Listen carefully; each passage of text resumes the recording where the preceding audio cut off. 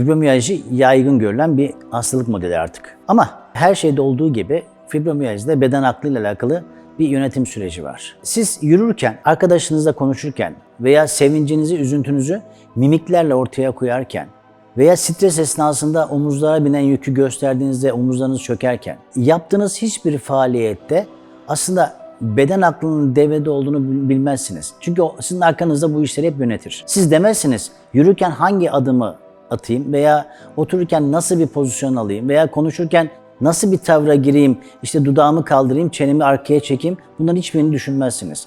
Bunların hepsini beden aklı yapar. Bunu yaparken de siz uyku esnasında bile o beden aklı hep devrededir. Hangi dokuya? Çünkü bizim ne vardı? Saran bir zar tabakamız vardı. Fasya dediğimiz bir tabaka var. Vücudun komple katmanlarla saran. Baktığımızda bütün vücut saran bir tabaka. Onun altında boşlukları saran tabakalar, onun arkasında organları, dokuları, hücreleri, her hücrenin bile aslında bir zar tabakası var. Bu zar tabaka, ben hep şu örneği veririm, Rusların o matruşka oyuncağı gibi açtıkça içinden bir tane daha oyuncak çıkar. Ve her açımda yeni bir fasya tabakalarıyla karşılaşırız. Ama bu fasya tabakalarının, o zar tabakalarının araları hiçbir zaman boş değildir. Orada bağ dokusu dediğimiz yapılar, matrix yapısı, hücresel bütün faaliyetler aslında orada yönetilir ve beden aklı da aslında oradadır. Yani biz hayatın idamesinde fasya içindeki o derinlikteki işleyişle bütün yönetimleri sağlarız. Sağlığımızla alakalı bütün organizasyonları aslında orada yaparız. Şimdi olay böyle olunca sizin yürümenizde, konuşmanızda, yemeniz, içmenizde, stresteki davranışınızda, otururken bacak üstüne at veya sırtınızı yaslamanız da aslında beden aklının o fasya içindeki matrix kurgusu ve yönetimle alakalı süreçlerin sonucunda ortaya konur. Şimdi baktığımızda demek ki biz yürürken, konuşurken, bir şeyler yerken nasıl ki ne olacağını, nasıl yapılacağını düşünmüyoruz.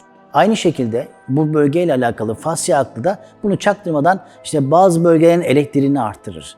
Bazı bölgelerde voltajları düşürür. Bazı bölgelerde dolaşımı arttırır. Bazı bölgelerde dolaşımla alakalı süreci kısıtlamaya başlar. Nasıl ki o önceki faaliyetlerde hayatın idamesi için beden aklı aktif çalışır ve fasya içindeki o matrix bağ dokusunda bu eylemleri yürütür. Bazen olur, yükünüz fazla olur, stresiniz fazla olur. Bazen yeme ile alakalı, besleme ile alakalı süreçlerinizde negatifleriniz olur. Bazen hareketsiz bir yaşam tarzına girmişsinizdir. Bunlarda da aslında beden aklı nasıl ki normal faaliyete devrededir. Burada da devreye girerek işte o dokularda bazı faaliyetleri bloke edebilir, engelleyebilir. İşte safra kesesiyle, safra hattıyla alakalı bir enerji hattının blokajını yaparak o faaliyetleri biraz geriye çeker. Bunu yaparken de aynı zamanda o enerji hattının geçtiği yerlerde de bazı bağ dokusunda ve kaslara kasılmalar meydana gelir. Bazen hücresel faaliyetleri bloke eder, durdurur. O bölgelerde kasılmalar meydana gelir. Bazen dolaşımla alakalı süreci engeller çünkü kanlanmayı geriye çekmesi lazım. O bölgede biz kasılmalar ve o bölgeyle alakalı süreçlerin yapılamadığını görürüz. Ama bunun sonunda ne görürüz aslında? Ağrılar, yaygın ağrılar ve sürpriz fibromiyalji dediğimiz kurgu. Yani aslında beden aklı hayatta kalmak için yeni bir model ortaya koymuştur. Beden aklını anladığımızda, niçin bunu yaptığıyla alakalı süreci yönetebildiğimizde o zaman kasılan bölgeler kasılmaz, dolaşım olmaya dolaşım olmaya başlar. Elektrik potansiyelleri normal haline dönmeye başladığı için oradaki bütün kasılmalar, ağrılar ve ağrıların sonucunda ortaya konan hareket kısıtları beraberinde geriye çekilmiş olur. Yani normal sağlıklı faaliyeti de fibromiyajide beden aklı yönetir.